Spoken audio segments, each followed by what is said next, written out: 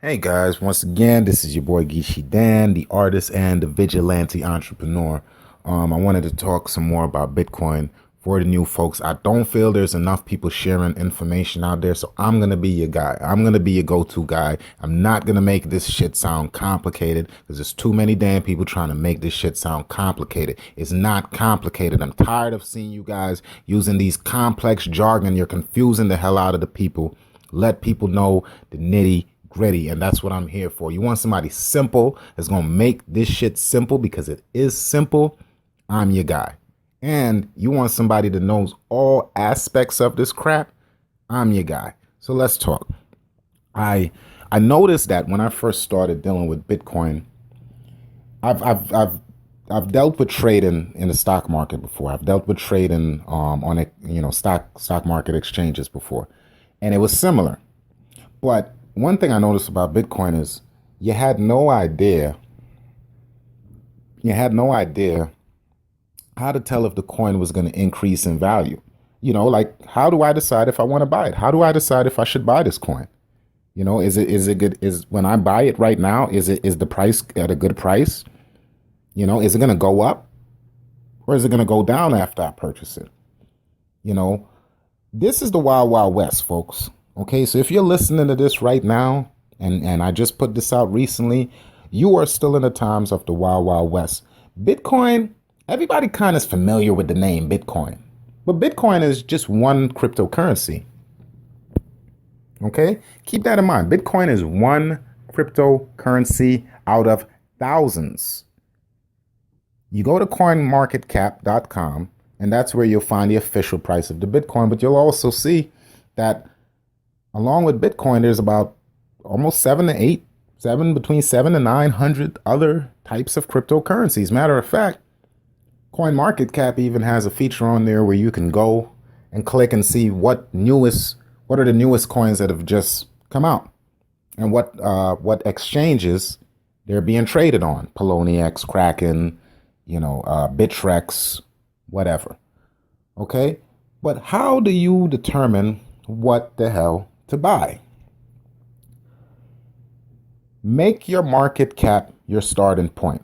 Okay, keep it simple. Keep it simple.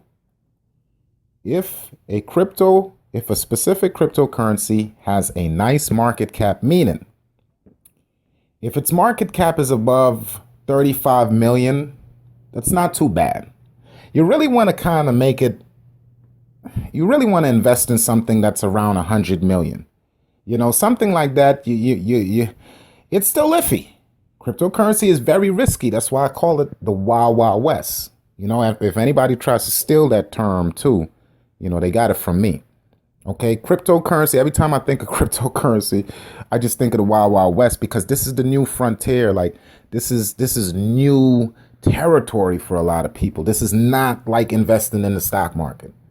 Okay, it's some aspects of it are similar, but this is not quite like investing in the stock market, being that in the stock market, you could go and research a company. And if the company has been around for about 30 years, you have a nice size market cap. You in particular have gotten products from them. They may be the ones you want to invest in.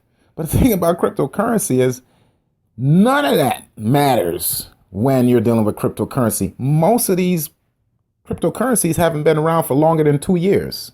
Many of them. Okay. A lot of them, you've never bought cryptocurrency before. So there goes that out the window.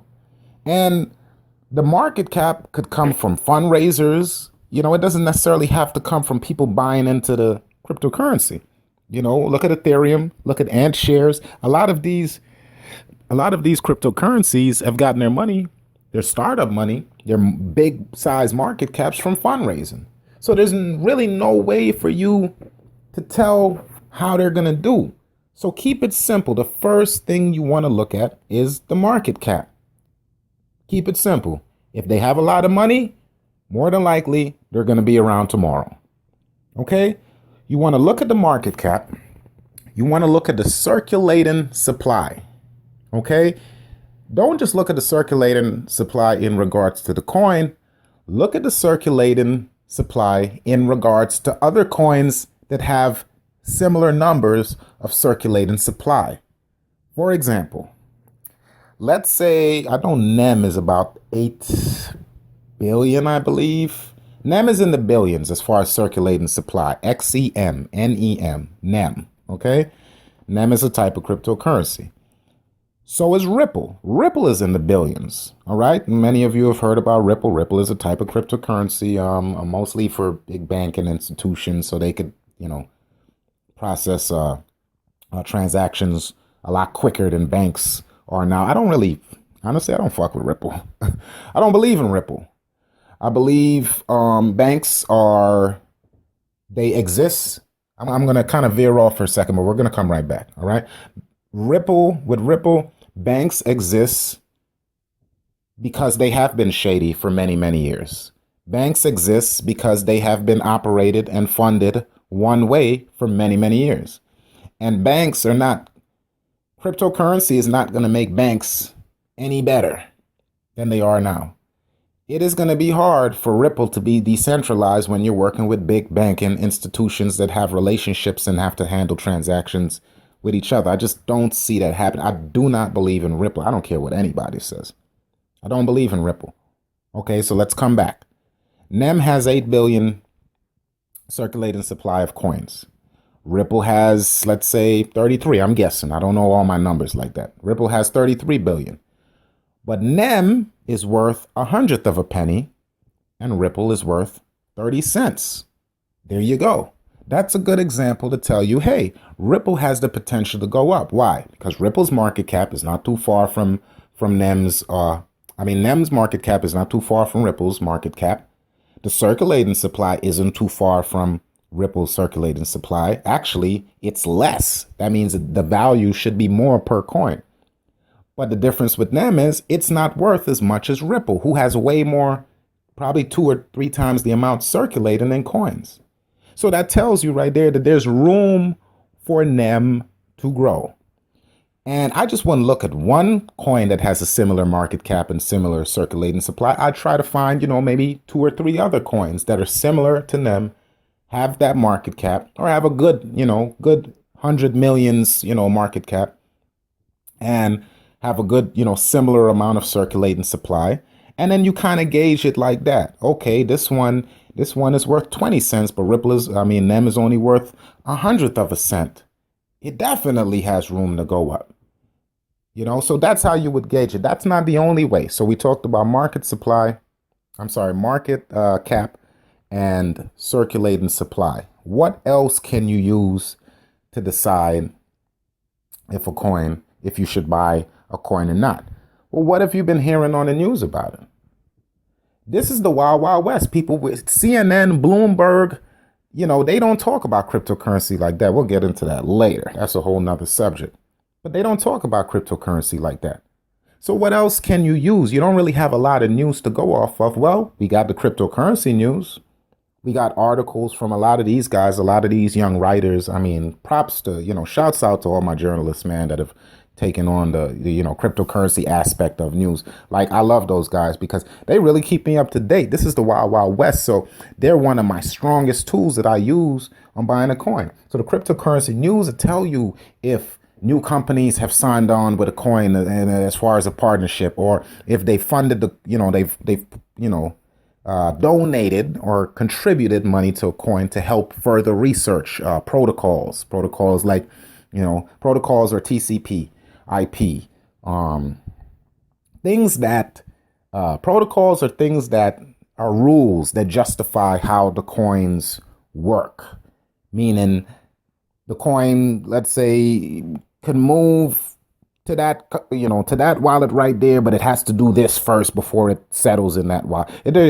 Protocols are just rules, and a lot of these coins are coming up with new protocols. Well, guess what's crazy about protocols? Protocols don't just have to be used by coins. So if a coin invents a protocol and another company that has a lot of money needs that protocol so it can make its product better, well, guess what? That helps the coin's value. Okay, so you could attribute that information to help you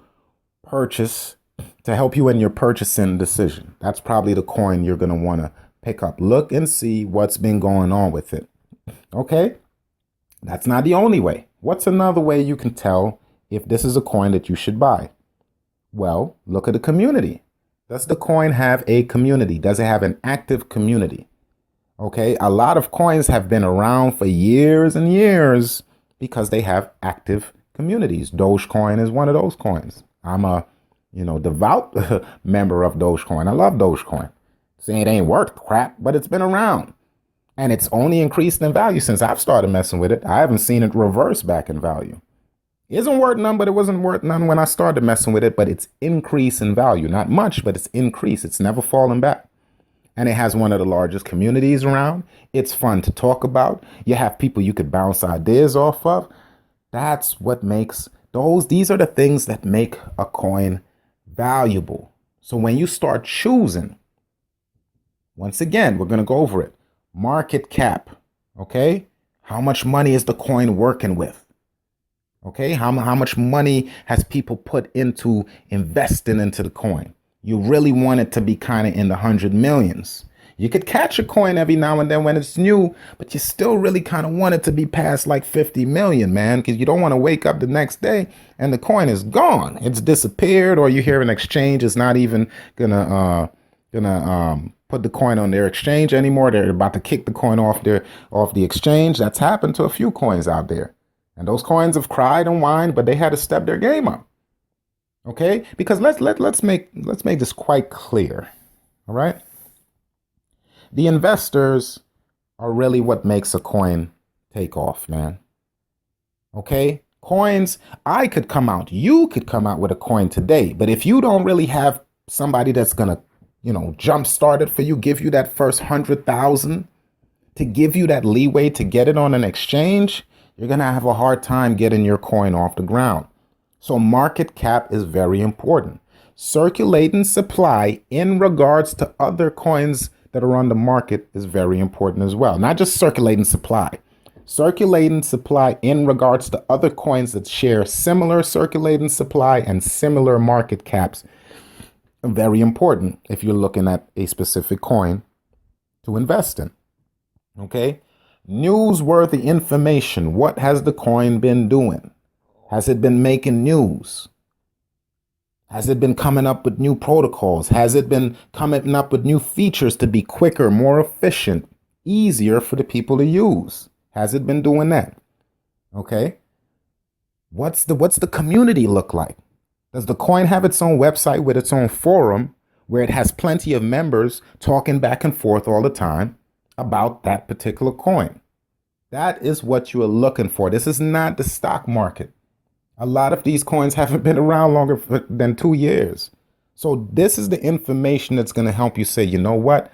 I think this is going to take off. And I want you guys to think about that and always use it in your decision making. Okay? Bread and Cheese podcast. Geechee Dan will keep you up to date. And I'm not going to lie to you. I'm going to give you good information, simple, because you'll have a bunch of these people coming on here telling you information and they make the shit sound so damn complicated and it's unnecessary. This is very simple. Some people just like to sound complicated to keep you in the dark. I don't want to keep you in the dark because I know that the more people mess with cryptocurrency, that only helps me. Hello, I don't have anything to sell you. This is not a Ponzi scheme. It's not a pyramid scheme. But the more people lean towards cryptocurrency, the better it is for people that are already in the game. All right. This is Geechee Dan. We'll see you next time.